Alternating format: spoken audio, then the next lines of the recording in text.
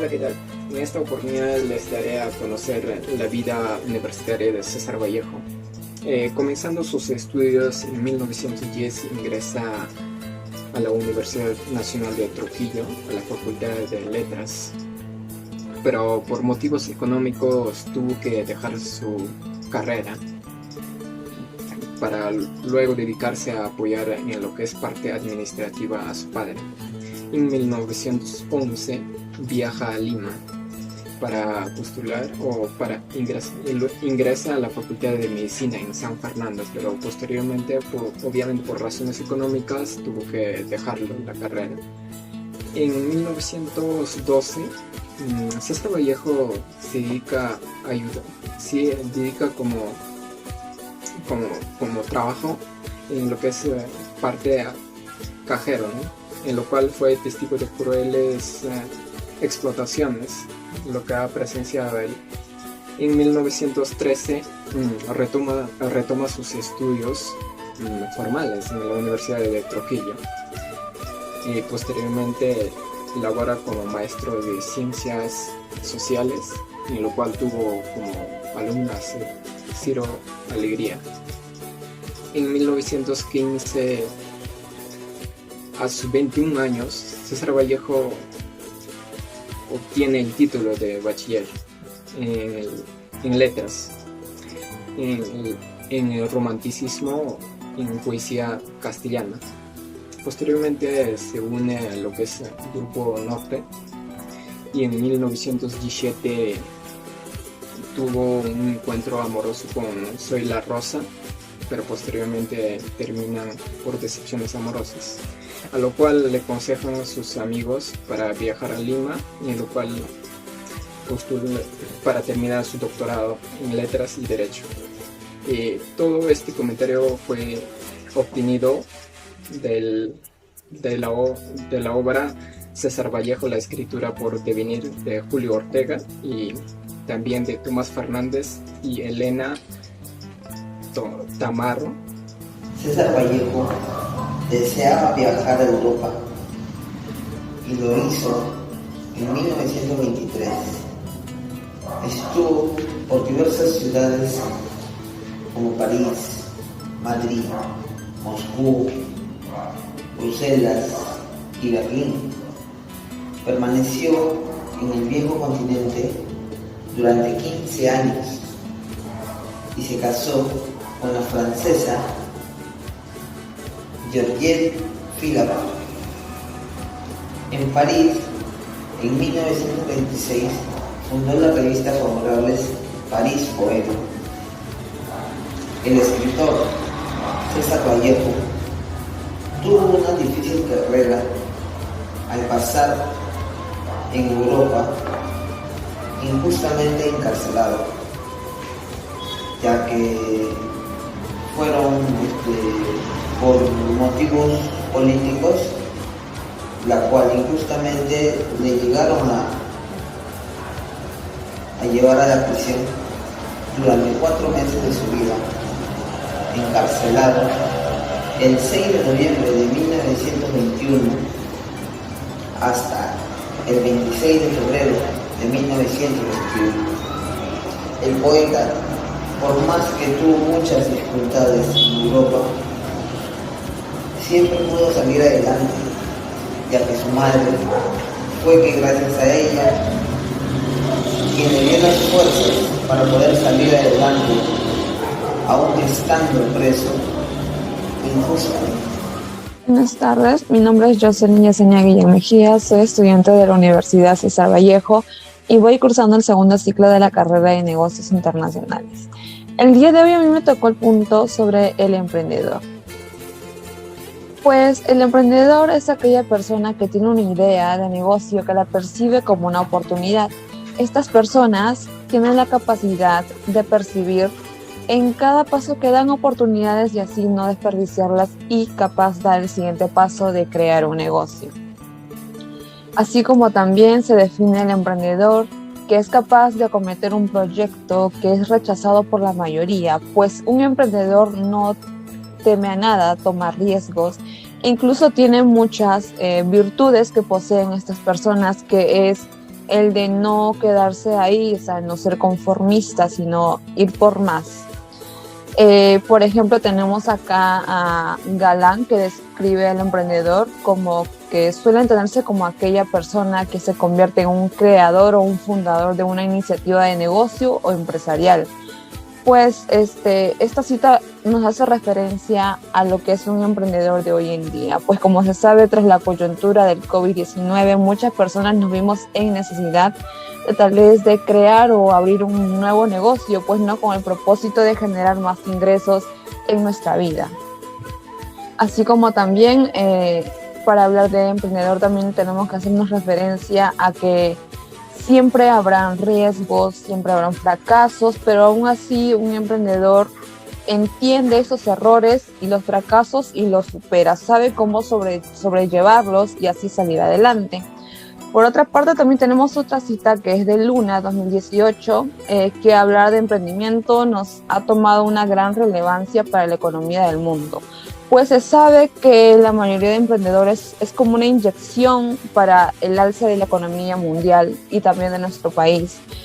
Muy aparte de todo, también se sabe que esta palabra se describe como aquel capaz que posee una gran filosofía frente a la realidad.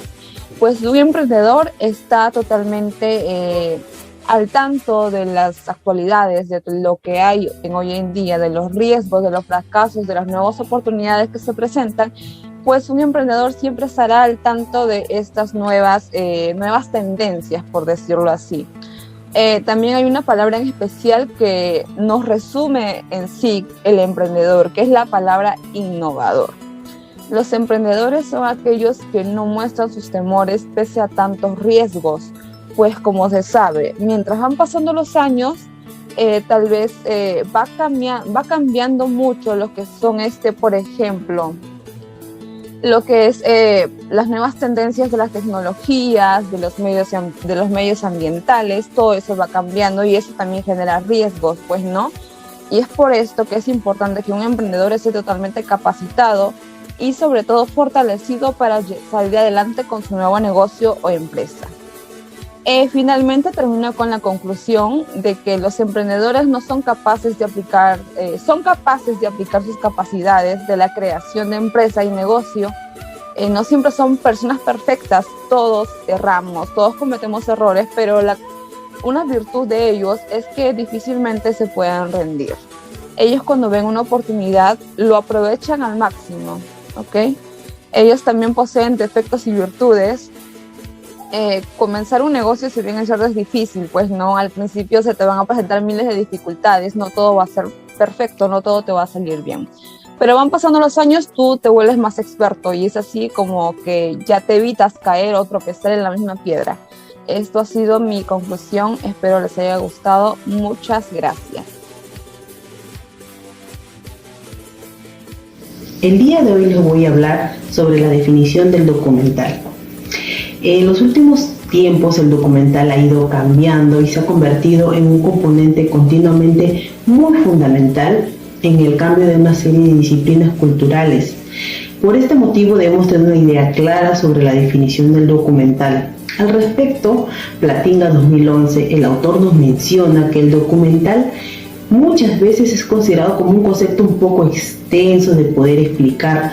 Por este motivo algunos deciden dejarlo de lado totalmente, ya que la mayoría de definiciones y categorías son complicadas porque dependen de la naturaleza y también de sus tipos. Hay una mención Aguilar 2017 que John Gerson en 1933 dio un importante concepto sobre los documentales y es muy conocido como tratamiento creativo de la actualidad.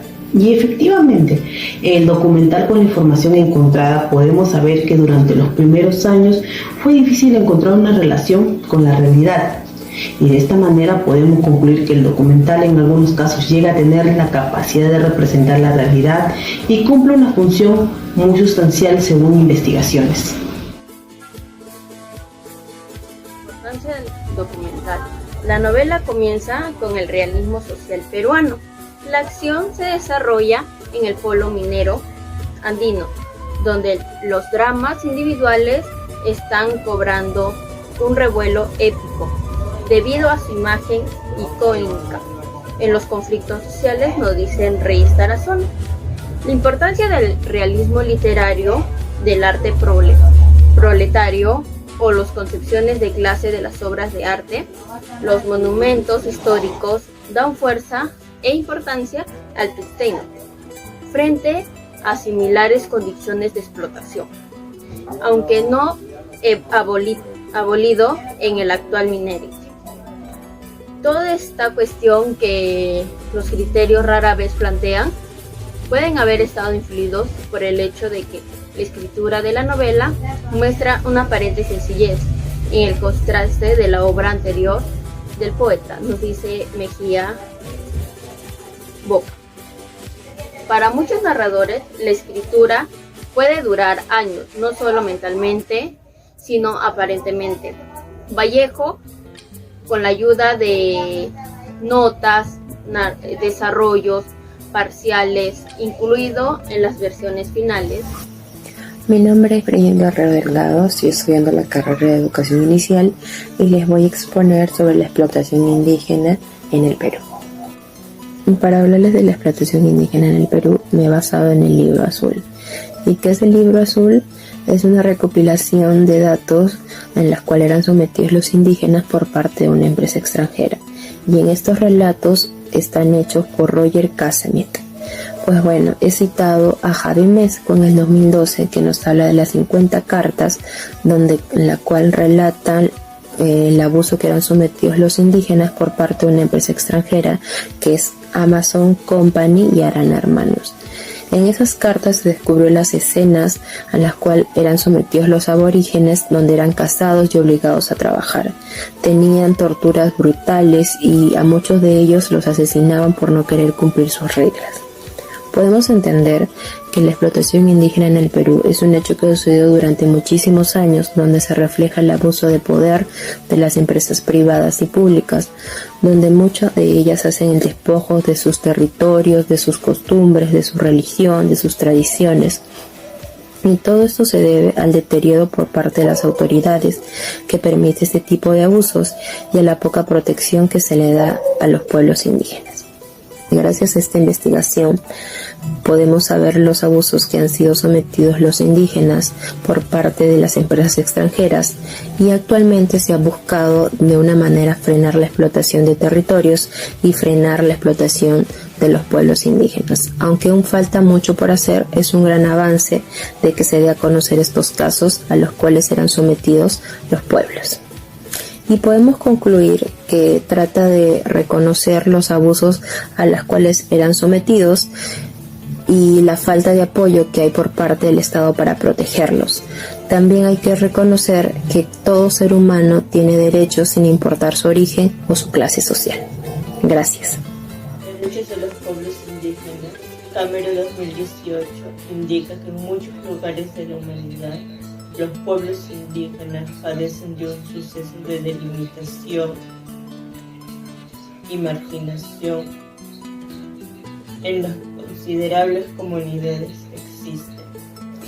En nuestra patria Perú son diversos los enseres legítimos gubernamentales que examinan los derechos de los pueblos indígenas desde la Constitución.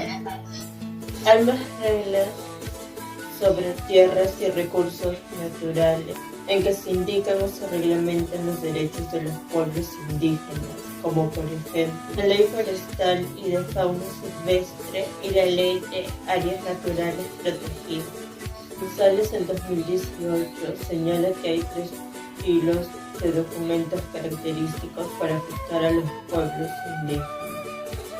2 enseres exclusivos para derechos indígenas y 6 instrumentos específicos sobre tierras y recursos naturales.